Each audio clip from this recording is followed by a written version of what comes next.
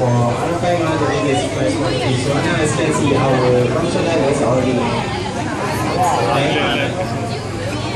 doing a long white package inside food, especially for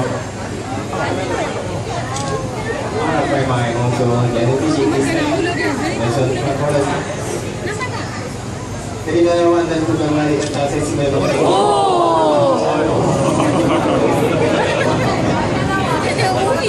Bunyi ada rasa. Tunggu depan ni.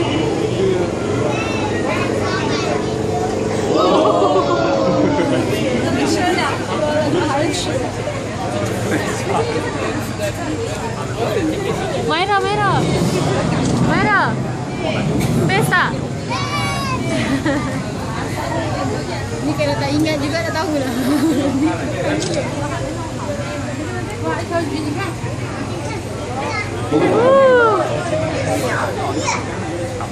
Mana nak sandal awak boleh tak?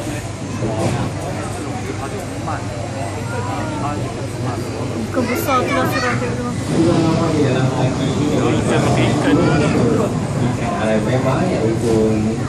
Kali mana sebab?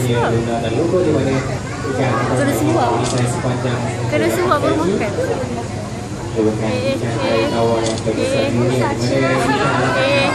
Makanlah, makanlah. Gesel macam je.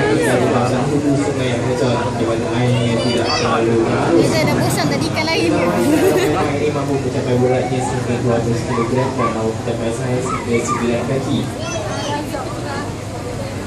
So this is my mom. Dia tahu yang mana dia makan. And in this size I think it was about 25 years. And size range was 9 feet and weighing up to 200 kilograms. Jadi tanaman ikan Arapaima ini akan memberikan ketika Arapaima ikan. So jadi biji telur dan ibu mereka akan menjaga telur mereka sehingga mengetas. Antara jadikan ikan ini mereka merupakan haiwan berlidah kerana mereka mempunyai lidah yang bertulang.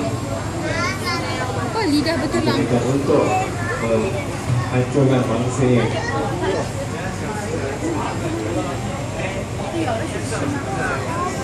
So the Arapaima is a bony tongue fish.